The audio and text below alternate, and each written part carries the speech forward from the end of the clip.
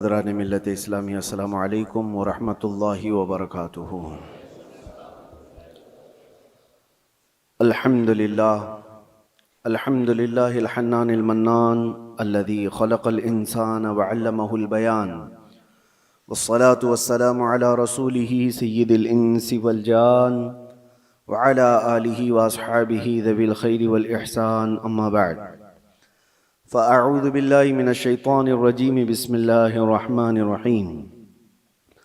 ومن نعمره ننكسه في الخلق أفلا يعقلون، صدق الله مولانا العظیم۔ بارگاہ رسالت مآب صلی اللہ علیہ وسلم میں درود پاک کا ہدیہ پیش کریں۔ اللہم صل علی سیدنا و مولانا محمد معدن الجود والکرم وآلہ واصحابہ الکرام وابنہ الکریم وبارک وسلم صلاۃ دائمۃ سرمدا ابدا۔ قرآن عظیم میں اللہ عز و جل ارشاد فرماتا ہے، سورہ یاسین کی یہ آیت ہے، ہم جس کو لمبی عمر دیتے ہیں اس کو اسی حالت کی طرف لوٹا دیتے ہیں جس میں وہ پہلے تھا۔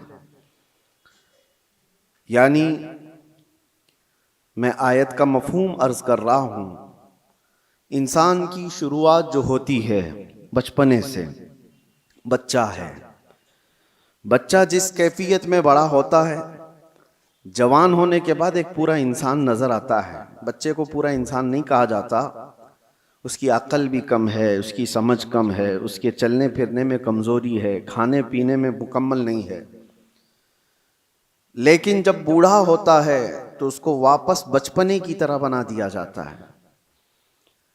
انسان کی زندگی جہاں سے شروع ہوئی اسی طرف واپس آ جاتی ہے۔ اب اس آیت کی تفسیر میں علماء اعظام، مفسرین اعظام نے فرمایا ہے کہ ایک حالت سے دوسری حالت کی طرف پھیر دیا جانا، اس کو ننکسہ فی الخلق کہا جاتا ہے۔ سورہ یاسین کی جو آیت میں نے آپ کے سامنے پڑھی، ہماری زندگی جیسے شروع ہوئی، بچپنے میں دانت نہیں تھے، صرف دودھ پی سکتے تھے اور کوئی ہارڈ غذا نہیں کھا پاتے ہیں۔ بچپنے میں ہاضمہ اتنا مضبوط نہیں تھا کہ گوشت مچھلی سب کھا لیں، وہ نرم غذا کھاتا۔ بچپنے میں وہ خود سے چل نہیں پاتا تھا، کسی کے سہارے کی ضرورت ہوتی تھی۔ بچپنے میں بولنے میں تتلاہٹ آتی، صاف صاف الفاظ نہیں بول پاتا۔ چھوٹا بچہ ایک سوال کو بار بار کرنے لگتا ہے، اسی چیز کو بار بار پوچھتا ہے۔ چھوٹا بچہ کبھی کبھار خود سے پیشاب پخانہ کر لیتا ہے، اسے احساس نہیں ہو پاتا بستر میں، اس کی صفائی کے لیے اس کے ساتھ کسی کی ضرورت ہوتی ہے۔ اب ہم آتے ہیں بچپنے سے، جب بڑا ہوا جوانی میں یہ ساری چیزیں اس کی پرفیکٹ ہو گئیں، لیکن جیسی بوڑھاپے کو پہنچا پھر سے وہی حالت پر آیا کہ اب بوڑھا بھی دانت گرنے کی وجہ سے ہارڈ چیزیں کھا نہیں پاتا۔ بوڑھے کو بھی نرم غذا دینی پڑتی ہے، بوڑھے کا بھی ہاضمہ مضبوط نہیں ہوتا کہ ہر چیز وہ ہضم کر لے جائے۔ بوڑھے کے اندر بھی اب کسی کے سہارے کی ضرورت آ گئی، اتنی کمزوری آ گئی کہ خود سے کھڑا ہو کر کے چل نہیں سکتا، کسی کے سہارے کی ضرورت ہے۔ بوڑھے کے اندر بھی بھولنے کی عادت آ گئی، بوڑھے کے اندر بھی ایک چیز کو بار بار پوچھنے کی عادت آ گئی جو بچے کے ساتھ تھی۔ بوڑھے کے اندر پھر وہ مقام بھی آ گیا کچھ بوڑھوں کو کہ پیشاب پاخانہ نکلنے لگا اور ان کو پتہ بھی نہیں چل پا رہا ہے، کنٹرول ختم ہونے لگ گیا جسم کا، بستر پر ان کے پیشاب پخانے بھی ہو گئے۔ بہت سارے بوڑھوں کے ساتھ یہ معاملہ ہوتا گیا۔ وہ کہا کہ انسان جہاں سے شروع ہوا تھا پلٹ کر کے وہیں آیا ہے، انہی حالات کی طرف اسے لایا گیا ہے اور پھر اس کا خاتمہ ہو جائے گا۔ میں یہ بات اس لیے عرض کر رہا ہوں کہ غالباً ایسا لگتا ہے کہ دنیا بھی جس انداز سے شروع ہوئی تھی پلٹ کر کے اسی انداز پر آ جائے گی۔ آج کے حالات ہمیں یہ بتا رہے ہیں۔ اگر آج کے زمانے میں کسی سے کہا جائے کہ دنیا واپس اپنے پہلے مدار پر آ جائے گی، پہلے کیفیت پر آ جائے گی تو لوگ ہنسیں گے۔ دنیا کی پہلی والی کیفیت یہ ہے، زمین میں بیج بو، فصل آئے تو اناج نکالو، چکی میں آٹا پیسو اور روٹی بناؤ اور کھاؤ، نہ کوئی مشین کا تصور۔ پتھروں کو ٹکرا کر کے آگ جلاؤ اور دیے روشن کرو اور گھر کو اسی سے اجالا کرو، یہی پہلی کی کیفیت تھی۔ کپڑے اپنے ہاتھ سے سلو، باقی کوئی چیز نہیں تھی۔ گھوڑ سواری کرو، کوئی سواری نہیں تھی، نہ کار، نہ گاڑی، نہ پلین، نہ ٹرین، کوئی چیز نہیں تھی۔ جانوروں پر سواری کیے جاتے تھے۔ دنیا کی یہ پہلی کیفیت ہے۔ آج میں اگر کہوں کہ دنیا کی اسی پہلی کیفیت پر واپس آنا پڑے گا تو لوگ ہنسیں گے، ایسا کیسا پاسبل ہے؟ ممکن نہیں ہے۔ لیکن میرے عزیزو، آج میں ایک بہت اہم بات آپ کے سامنے رکھنے جا رہا ہوں۔ ہو سکتا ہے دنیا اسی پہلی والی کیفیت پر واپس آ جائے گی، اسی کیفیت پر جہاں سے شروع ہوئی تھی۔ آج کے حالات دیکھ کر یہ لگتا ہے پیٹروٹ میزائل اور نیوکلیئر ویپنز کے ذریعے سے پوری دنیا ایسی تباہ ہو رہی ہے۔ یہ تو ابھی ہتھیاروں کا استعمال پورا نہیں ہوا۔ جو ہتھیار یہ سپر پاور کنٹریز بنا کر کے بیٹھے ہوئے ہیں، ان کا ابھی استعمال نہیں ہوا۔ 1945 میں جو نیوکلیئر کا استعمال ہوا تھا، اس کا اثر آج تک ہوتا ہے جاپان میں، ناگاساکی اور ہیروشیما میں۔ آج سے تقریباً 70 سال پہلے استعمال کی ہوئی چیزوں کا آج بھی اثر ہے۔ نسلیں وہاں کی لنگڑی لولی ہیں، زمین بنجر ہے کہ کبھی سبزہ نہیں اگے گا، اور اس زمانے میں بنایا ہوا وہ نیوکلیئر ویپن تھا۔ 70 سال کے بعد تو ٹیکنالوجی بہت آگے بڑھ چکی ہے۔ آج کے ان کے پاس جو نیوکلیئر ویپن ہیں، جو دانشور بتاتے ہیں کہ ایک کنٹری ہی جس کے پاس نیوکلیئر، امریکہ ہو یا رشیا ہو، وہ 9 بار دنیا کو تباہ کر سکتے ہیں۔ پوری دنیا کی بات کر رہا ہوں۔ اتنے ہتھیار وہ جمع کر کے رکھے ہوئے ہیں، ان کا تو ابھی استعمال نہیں ہے، بڑے بڑے میزائل کا ابھی استعمال نہیں۔ لیکن میں آپ کو جو بات چھیڑا کہ کیا دنیا واپس اپنے پہلی کیفیت پر آئے گی، میں آپ کو بہت کوئی پیشن گوئی کرنے والا، پریڈکشن کرنے والا، اس انداز میں بھوشمانی کرنے والا اس انداز سے نہیں بتا رہا ہوں۔ قرائن اور قیاس، آج ایک ہی انرجی پر آپ کی روک لگا دی جائے تو دنیا میں ہماری زندگی ٹھپ پڑ سکتی ہے۔ آپ کو پتا ہے تیل اور گیس کے معاملات میں آج دنیا جوجھ رہی ہے۔ صرف یہ انڈینز کا مسئلہ نہیں ہے، تقریباً دنیا کا۔ اور آپ کو اندازہ ہونا چاہیے یہ جو جنگ چل رہی ہے امریکہ، ایران، اسرائیل کے بیچ میں، سب کو خبر ہے، تقریباً آج انٹرنیٹ سے سب لگے ہوئے ہیں اور خبریں لیتے رہتے ہیں۔ ایران کے پاس ایک ہرمز اسٹریٹ ہے جس سے سارے شپس گزرتے ہیں۔ دنیا وہاں سے اپنے تیل اور گیس اور فرٹیلائزر کی کھپت کرتی ہے، لیتی ہے، دیتی ہے۔ لیکن حیرت کی بات یہ ہے، پوری دنیا وہاں سے جو ٹریڈ کرتی ہے وہ صرف 25% ہے، 75% نہیں، 25% وہاں سے تیل دنیا کا آتا ہے۔ مجھے حیرت اس بات کی ہوتی ہے کہ ایران نے صرف 25% پہ روک لگائی تو ابھی دنیا اس کی حالت یہ ہے، صرف ابھی 20-25% کو روکا گیا ہے، سپلائی چین رک گئی ہے، تو ابھی سے لوگ پینک ہونا شروع ہو چکے ہیں۔ یہ تو ابھی آپ کو اندازہ نہیں، چند دنوں کے بعد جو حالات آنے والے ہیں، اللہ ہی خیر کرے۔ شاید ہم لوگ لاک ڈاؤن سے بھی بری حالت کی طرف جا سکتے ہیں، اللہ بچائے۔ یہ تو صرف 25% پر اگر کسی نے روک لگائی ہے تو دنیا پینک ہو رہی ہے۔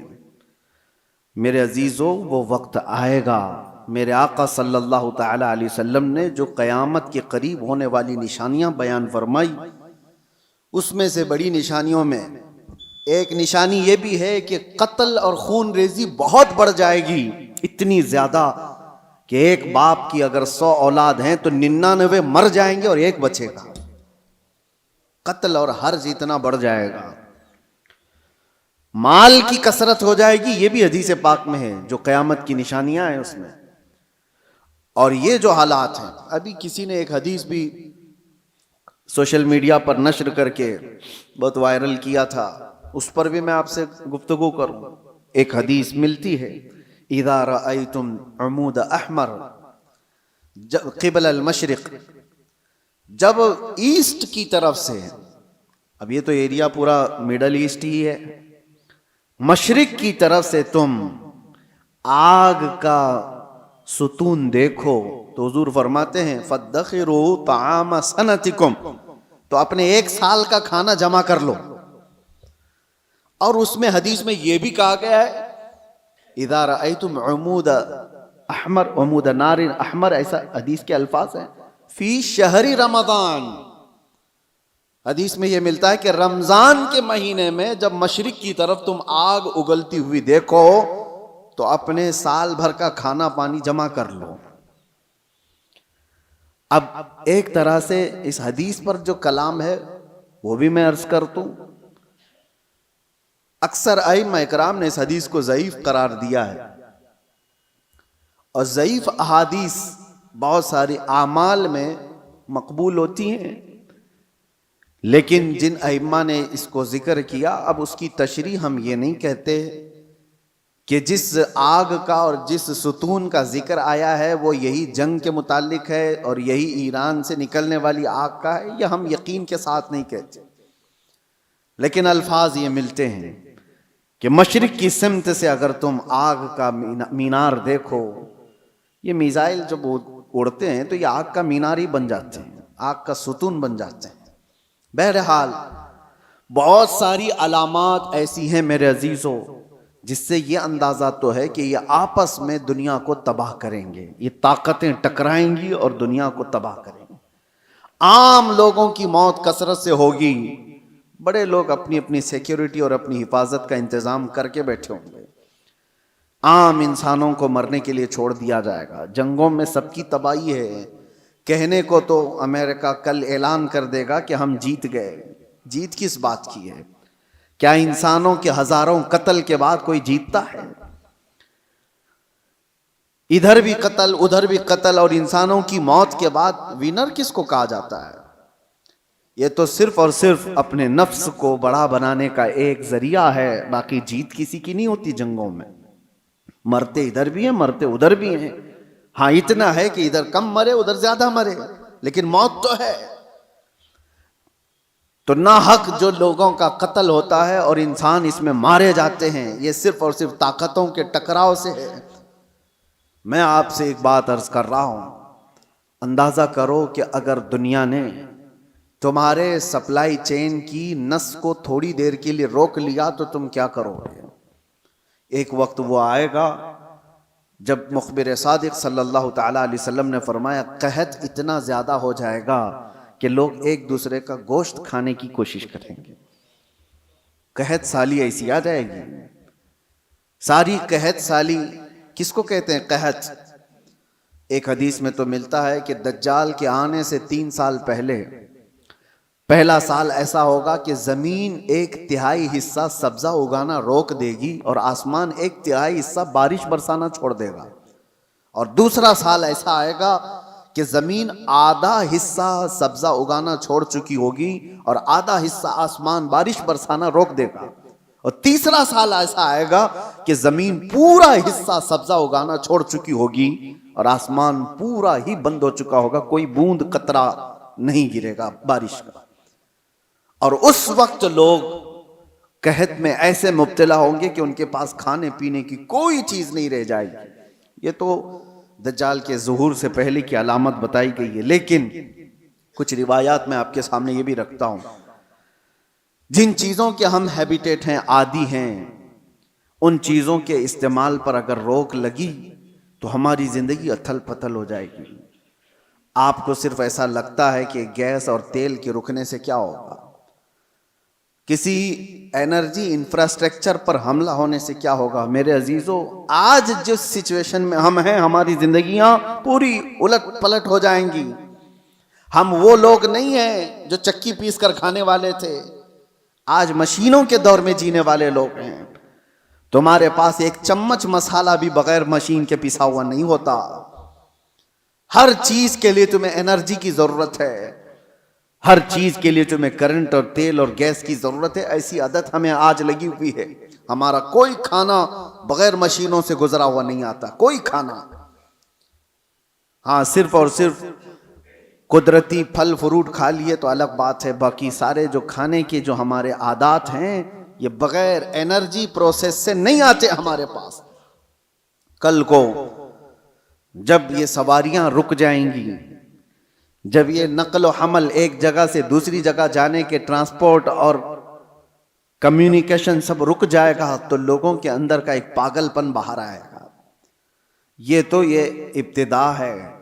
دوسری ایک چیز, آج سے تقریباً 9 سال قبل میں نے ایک بیان میں عرض کیا تھا, کرپٹو کرنسی کا جو یہاں پر دنیا میں رواج لانے کی کوشش کی جا رہی ہے, اس سے کیا ہونے والا ہے. ایک بات میں آپ کو بتاؤں, ان قریب ایسے حالات آئیں گے کہ آپ کا مال و دولت سب ختم کر دیا جائے گا. آپ کے جیب میں جو یہ سکے اور پیسے ہیں ایک دن یہ سب نکل جائیں گے. ویسے بھی ابھی آدھے سے کم رہ گئے آپ کے پاس. آپ کی جو دولت ہے وہ سب آپ کے بینکوں میں ہے, اور آپ موبائل لے کر کے گھومتے ہیں یا اے ٹی ایم کارڈ لے کے گھومتے ہیں. آپ کو بینک نے صرف اتنا بتایا اتنے ڈیجٹ ہیں آپ کے پاس پیسے. آپ کو بھی یقین ہے 10 لاکھ روپے آپ نے بینک میں جمع کیا اور 10 لاکھ کا ڈیجٹ آپ کو بینک نے دے دیا آپ کے موبائل کے میسج پر, اور آپ کو یقین ہے میرے پاس 10 لاکھ ہیں. پکڑنے میں کچھ بھی نہیں آپ کے پاس, اور نہ ہی روز جا کر کے آپ بینک کا مشاہدہ کر رہے ہیں کہ میرے جو نوٹ دیا تھا وہ ہیں کہ نہیں ہیں کہ نہیں ہیں. آپ کو اس سے کوئی مطلب نہیں. بینکوں نے آپ کو ایک ضمانت دے دی کہ آپ کے اتنے پیسے ہمارے پاس ہیں. ضمانت کیا ہے؟ صرف میسج ہے, وہ ڈیجٹ ہے, وہ نمبرز ہیں. انہی نمبرز پر دنیا جی رہی ہوگی. ابھی یہ رواج اور بڑھتا جائے گا. آپ جو کیری کرتے تھے سکے اور نوٹ وہ بھی ختم کر دیے جائیں گے. کچھ نہیں ہوگا کسی کے پاس, اور سارا ٹرانزیکشن آپ کا جو چلتا ہے وہ انٹرنیٹ سے چلتا ہے. جس دن انٹرنیٹ کو شٹ ڈاؤن کر دیا جائے گا سارے کے سارے فقیر ہوں گے, کسی کے پاس کچھ نہیں ہوگا. ان کے ہاتھوں میں نہ کوئی رقم ہوگی نہ کوئی پیسہ ہوگا, کیونکہ سب کچھ ان کو بتایا گیا تھا کہ بینک میں اتنے ڈیجٹ ہیں ہمارے پاس. اس کی کیا شیورٹی ہے کہ کبھی انٹرنیٹ بند نہیں ہوگا؟ اس کی کیا گارنٹی ہے؟ میرے عزیزو, اسی لیے پہلے کے دور میں لوگ درہم اور دینار رکھتے تھے. درہم اور دینار کیا ہوتے ہیں؟ درہم چاندی کا سکہ ہوتا تھا اور دینار سونے کا سکہ ہوتا تھا. حکومتیں چاہے جتنی بھی بدل جائیں, دینار کو آپ میلٹ کرتے تو سونے کی ویلیو ہمیشہ رہتی, چاندی کی ویلیو ہمیشہ رہتی. لیکن یہودیوں نے درہم اور دینار کو ہٹا کر کے کرنسی نوٹ لائے. کاغذ کے ٹکڑے جو آج ہماری جیب میں ہیں, 100 کا ہے, 200 کا ہے, 500 کا ہے, 2000 کا, جو بھی نوٹ ہیں, ڈالر ہو کہ یورو ہو کہ پاؤنڈ ہو کہ روپیہ ہو, سب کاغذ پہ ہیں. اور اس کاغذ کی ویلیو صرف اس لیے ہے کہ گورنمنٹ نے کہا ہے اس کی اتنی قیمت ہے, اور جس رات کو اعلان کر دے کہ کل سے یہ نوٹ نہیں چلنے والی, وہ سارے کچرے کے بہاؤ میں بھی نہیں جاتے. وہ کاغذ کے ٹکڑے ہیں, ردی پیپر ہو جائیں گے جس دن اعلان ہو جائے. اور ہو چکا ہمارے ہاں. تو ایک بار رات میں اعلان ہو گیا کہ 500 کی نوٹ, 1000 کی نوٹ بند ہو گئی, ختم ہو گیا. وہ پیپر کہاں ہے آج؟ یا اس وقت کے 2016 سے پہلے کے وہ 500 1000 کی نوٹ لے آؤ, آپ کو پکڑ کے لے جائیں گے لوگ. اس کی کوئی ویلیو نہیں ہے, اس کی کوئی حیثیت نہیں. تو وہ کاغذ کے ٹکڑے.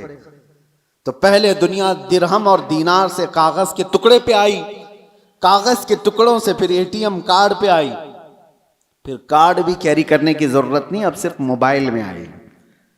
آپ موبائل سے سارا ٹرانزیکشن کرو, ادھر سے میسج ادھر گیا, ادھر سے میسج ادھر آیا. باقی حیرت ہوتی ہے, کبھی ہم ٹیکسی میں بیٹھے ہیں 500 روپے ہو گئے, نہ میں نے جیب سے کچھ نکالا نہ اس نے لیا, ادھر سے میسج ادھر گیا, اس کو بھی یقین ہے میرے پاس 500 آ گئے.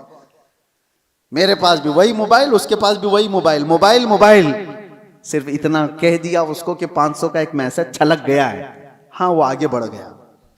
یہ یقین بڑھتا چلا گیا ان ڈیجٹس کے اوپر, ان نمبرز کے اوپر. وقت ایسا آئے گا کہ ساری زندگی انہی نمبرز پر گھوم رہی ہوگی.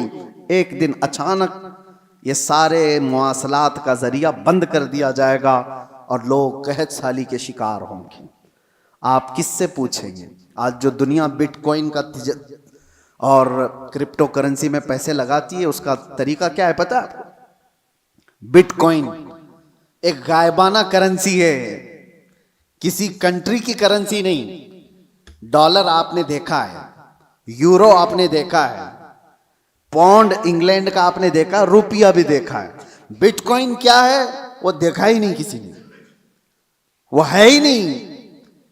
وہ ایک کرمنل دنیا چلاتی ہے اور انہوں نے اپنی ایک قیمت اس کی لگائی ہے اور روز بڑھتی جاتی ہے قیمت. 40 لاکھ 50 لاکھ 60 لاکھ ایک ایک بٹ کوائن خریدنے کے لیے لوگ پیسے لگاتے ہیں.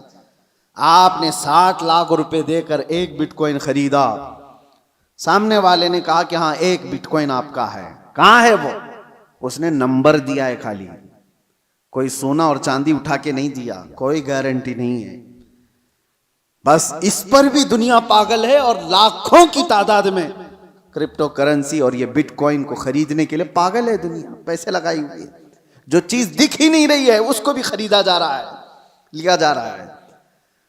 میرے عزیزو, میں آپ کو ان آخری علامات کے بارے میں کہہ رہا ہوں کہ دنیا کبھی ترقی کرتے کرتے کرتے اتنے آگے جا چکی جو اس کی خود کی تباہی کا ذریعہ ہے.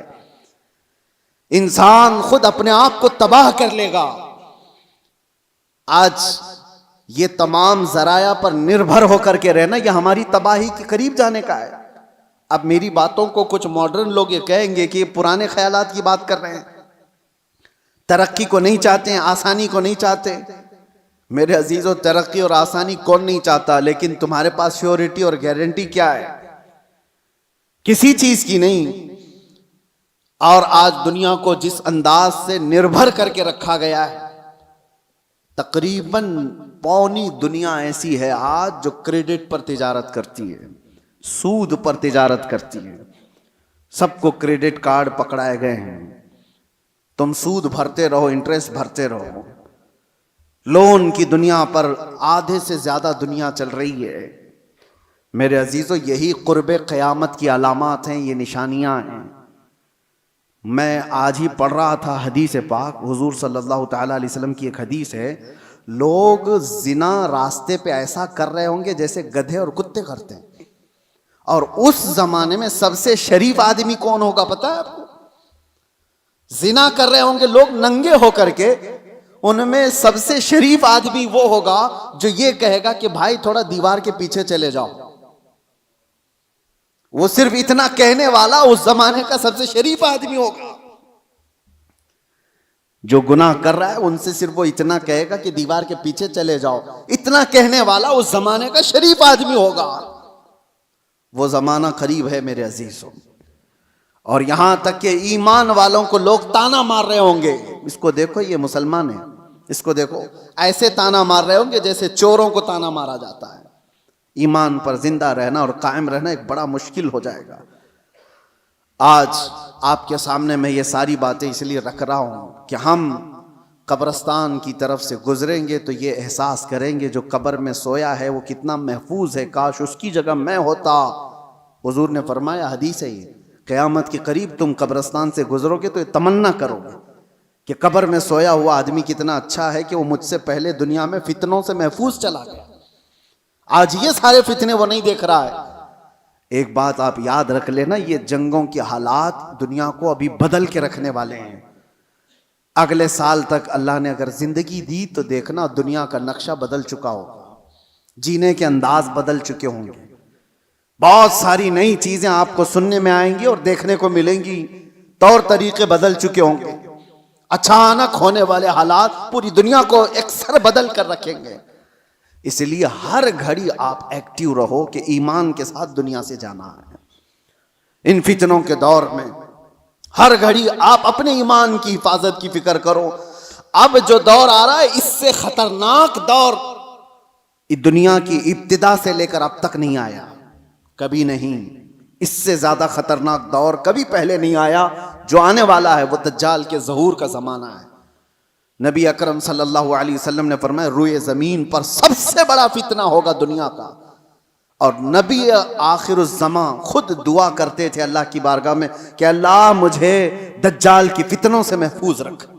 تو سید الانبیاء جس کی دعا کر کے پناہ مانگتے ہوں، ہمارا حشر کیا ہوگا، ہمارا حال کیا ہوگا؟ جس کو بچنے کی فکر ہوگی اللہ اس کی حفاظت کرے گا.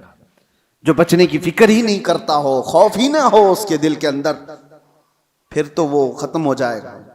اب میں ایک اور حدیث بیان کر کے میرے اپنے موضوع کے سلسلے میں نے آج کیوں چھیڑا اس کو. ایران، امریکہ، اسرائیل، یہ دنیا میں ابھی سب کی زبانوں پر چل رہے جنگ کے حالات ہیں.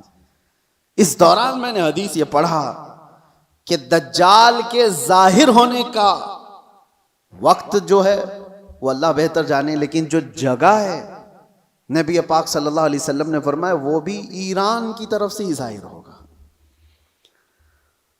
دجال کے ظاہر ہونے کی جگہ جو بتائی گئی وہ مشرق کی طرف سے ظاہر ہوگا. ایران کا ایک شہر ہے اصفہان. نبی پاک صلی اللہ تعالی علیہ وسلم فرماتے ہیں یتبع الدجال من اصفہان 70,000. حضور فرماتے ہیں اصفہان شہر سے 70,000 یہودی دجال کی فوج میں شامل ہوں گے. اب یہ اصفہان کہاں ہے؟ اصفہان تو یہ ایران کا شہر ہے. 70,000 یہودی ہیں یہاں پر؟ نہیں، لگتے تو نہیں ہیں، لیکن حدیث پاک ہے. اللہ کے نبی صلی اللہ علیہ وسلم نے فرمایا 70,000 یہودی دجال کی جماعت میں داخل ہوں گے. وہ ایران کے اس شہر سے داخل ہوں گے، اس کی فوج میں آئیں گے. ہو سکتا ہے لوگ میرے اس بیان کو یوں کہہ رہے ہوں کہ یہ ایران کے خلاف بول رہے ہوں. میرے عزیزو، آج جن حالات اور جو کیفیت کو ہم دیکھ رہے ہیں، ہم مظلوموں کے ساتھ کھڑے، ظالم کے ساتھ کبھی نہیں کھڑے ہوں گے. اسلام کی خاصیت ہے یہ، ظالم کے ساتھ کبھی نہیں کھڑے ہوں گے. ظالم امریکہ ہے، ظالم اسرائیل کے یہودی ہیں، پوری دنیا کو انہوں نے ظلم کی چکی میں پیسا ہے. لیکن ایران کی جو کیفیت ہوگی، 70,000 یہودی وہاں سے نکلیں گے اور دجال کی جماعت میں آئیں گے، تو اتنا لگتا ہے کہ غالباً ایران پر یہودیوں کا ایسا قبضہ ہوگا، تبھی تو وہاں 70,000 یہودی ہوں گے. وہ دور آئے گا. آج جس حالت میں ایران لڑ رہا ہے، چند باتیں لوگوں کو خوش کر رہی ہیں. ایران نے اتنا ٹھوکا، اتنا مارا، ہو سکتا ہے، اور یہودیوں کو اور سپر پاور کو گھٹنے ٹیکنے پر مجبور کیا. یہ وقتی طاقت ہو سکتی ہے اور اللہ کامیابی دے. ہم اس کے خلاف نہیں ہیں، لیکن حدیث پاک، مجھے اس حدیث پاک سے یہ لگتا ہے وہ وقت آئے گا جب ایران پر یہودیوں کا ایک غلبہ ہوگا، تبھی تو وہاں سے دجال کی جماعت میں لوگ شامل ہوں گے. دوسری حدیث یہ بھی میں بتاؤں، امام مہدی جب ظاہر ہوں گے تو فرمایا گا امام مہدی کی جو فوج ہوگی وہ قسطنطنیہ کو فتح کرے گی. قسطنطنیہ کیا ہے؟ کانسٹنٹائن جس کو کہا جاتا ہے، یہ استنبول شہر ہے جو آج کا ترکی کا شہر. اب حدیث سنو، استنبول شہر کیوں فتح ہوگا؟ وہاں تو مسلمان ہیں. آج جو حالات ہیں استنبول میں، اذانوں کی آوازیں گونج رہی ہیں، لوگ نماز پڑھ رہے ہیں، پھر امام مہدی کیوں فتح کریں گے؟ لگتا اس سے بھی یہ ہے کہ یہ بھی شہر مسلمانوں کا نہیں ہوگا اس وقت، یہ بھی عیسائی اور یہودیوں کے ہاتھ میں جا چکا ہوگا، اور امام مہدی کے زمانے میں اس کو فتح کیا جائے گا. اور حدیث کے جو الفاظ ملتے ہیں، ترتیب پہلے کیا ہونا ہے، امام مہدی ظاہر ہوں گے، وہ دمشق کی طرف لوگوں کو لے کر جائیں گے، اور پھر یہ جنگ ہوگی اور فتح قسطنطنیہ ہوگا، یعنی استنبول فتح ہوگا. وہ تو صرف 2 تکبیر پر فتح ہو جائے گا. یہ روایت میں ملتا ہے امام مہدی اور مومنین کی جو جماعت ہے وہ شہر کے باہر کھڑے ہو کر اللہ اکبر کہے گی، آدھا شہر فتح ہو چکا ہوگا. دوسری بار اللہ اکبر کہیں گے، شہر فتح ہو چکا ہوگا. بڑی جنگ کا ذکر نہیں ہے، اور فتح ہو چکا ہوگا. اسی وقت یہ افواہ پھیل جائے گی دنیا میں کہ دجال ظاہر ہو گیا ہے اور اس کا فتنہ مشہور ہو گیا ہے. تو امام مہدی کے ساتھ جو لوگ ہوں گے وہ دجال کے مقابل میں وہیں سے نکلیں گے. تو امام مہدی کے متعلق جو بات ہے، ابھی جو میں نے کہا قسطنطنیہ، یہ بھی استنبول شہر اس وقت شاید ہم مسلمانوں کے ہاتھ میں نہیں ہوگا، تبھی تو فتح ہوگا. اور تیسری ایک خاص بات، جو بات میں نے چھیڑا تھا، حضور فرماتے ہیں جو مجاہدین اس اخیر زمانے کی جنگ میں شریک ہونے والے ہیں، حضور فرماتے ہیں اللہ نے ان پر آگ کو حرام فرما دیا. روئے زمین کے بہترین لوگ ہوں گے جو امام مہدی کی فوج میں شامل ہو کر مقابلہ کر رہے ہوں گے دجال سے. لیکن ساتھ میں حضور فرماتے ہیں، اب سنیے توجہ، جس جملے پر مجھے بہت زیادہ تعجب ہے، فرماتے ہیں حضور کہ میں یہیں سے ان کے گھوڑوں کے رنگ کو بھی دیکھ رہا ہوں. نبی پاک صلی اللہ تعالی علیہ وسلم مخبر صادق ہیں، وہ غیب کی خبر جانتے ہیں، بعد کے حالات دیکھ رہے ہیں، اللہ نے ان کو علم عطا کیا. یہ سب اپنی جگہ پر، یہ ہمارا عقیدہ ہے. لیکن اس جملے پر توجہ کرے، کیا اس زمانے کی فوج گھوڑے پر بیٹھی ہوگی؟ حضور فرمانے میں ان کے گھوڑوں کا رنگ دیکھ رہا ہوں. تو اسی حدیث سے مجھے یہ کہنا پڑا شاید دنیا جہاں سے شروع ہوئی تھی وہیں سے واپس آ جائے گی. دور ایسا آ جائے گا کہ جہاں سے دنیا شروع ہوئی تھی وہ گھوڑ سواری تھی، سواریاں تھیں، لڑائی کے دور بھی تلواروں کے تھے، نیزے اور بھالے کے تھے، میزائل اور یہ سارے جیٹ طیارے نہیں تھے. اسی لیے ایک مشہور سائنسدان آئنسٹائن کی بات میں کوئی اپنے حوالے کے لیے یا میری تائید کے لیے نقل نہیں کر رہا ہوں، لیکن مشہور ہے زمانے میں. اس نے کہا تھا تھرڈ ورلڈ وار کیسے ہوگی یہ مجھے پتا نہیں، لیکن فورتھ ورلڈ وار ہوگی تو لکڑیوں سے لڑی جائے گی. تو اس سے پوچھا گیا ایسا کیوں؟ کہا تھرڈ ورلڈ وار میں دنیا اتنی تباہ کر دیں گے یہ لوگ نیوکلیئر پاور سے کہ کچھ بچا ہی نہیں ہوگا، اور بعد میں جو لوگ بچے ہوں گے وہ لکڑیوں سے لڑیں گے. یا اس کے اپنے پریڈکشن ہو سکتے ہیں، میں اپنی تائید میں نہیں کہہ رہا ہوں، لیکن حدیث پاک حضور پاک صلی اللہ تعالی علیہ وسلم فرماتے ہیں. اور یہ ایک حدیث یہ بھی ہے کہ دجال جس گدھے پر سوار ہوگا وہ بھی حدیث میں اس کا ذکر ہے کہ وہ 1 میل تک ایک قدم رکھے گا، اور اس کی بھی سواری کا ذکر ہے. اب وہ کون سی سواری ہے اس کا ذکر آیا ہے حدیثوں میں. تو ہم حدیث کے ظاہری معنی کو بھی دیکھتے ہیں، اور ہو سکتا ہے اس کا باطنی کوئی اور معنی ہو، لیکن جب تک حدیث ظاہر میں سمجھ میں آتی ہے اسی پر ہم عمل کرتے ہیں. آخر زمانہ شاید ویسا آنے والا ہو.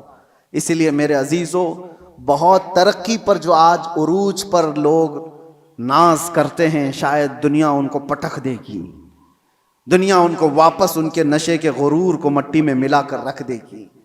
آج جن کے پاس پیٹروٹ میزائل ہیں، جن کے پاس چاند میں جانے کی صلاحیت، جن کے پاس مرین پنڈبیاں ایسی کہ سمندروں کو چیر کر کے نکلنے والی سارے ہتھیار سب کچھ تھا ان کے پاس، لیکن جس دن یہ ساری ٹیکنالوجی مار دی جائے گی، ختم کر دی جائے گی، یہ کسی اور کے ذریعے سے نہیں، تم آپس میں مار لو گے ایک دوسرے کو. تم نے بھی ہتھیار بنائے، ہم نے بھی ہتھیار بنائے، دونوں مار لیں گے، ایک دوسرے کو ختم کر دیں گے. پھر جینے کا سلیقہ وہی ہوگا جو انسانوں کے ابتدائی زمانے میں تھا. انسان دنیا میں جس طرح سے بغیر لباس کے سادہ سا آیا تھا، اسی انداز سے پھر جینے کا طریقہ سیکھ لے گا، اور دنیا وہیں پر آ جائے گی. اور ایک حدیث حضور پاک صلی اللہ تعالی علیہ وسلم نے آخری وقت کے متعلق جو فرمایا کہ قیامت جب آئے گی تو کیا حالت ہوگی اس وقت، اور حضور نے فرمایا صرف شریر لوگوں پر، کفار و مشرکین پر قیامت آئے گی، ایمان والے ختم ہو چکے ہوں گے، حتیٰ کہ کعبہ شریف بھی جلا دیا جا چکا ہوگا. حدیث پاک میں ملتا ہے کعبہ کو ختم کرنے والا ایک حبشی شخص آئے گا، قرآن اٹھا لیا جائے گا روئے زمین سے. ایمان والے پوری دنیا پر نہیں ہوں گے جب قیامت آئے گی.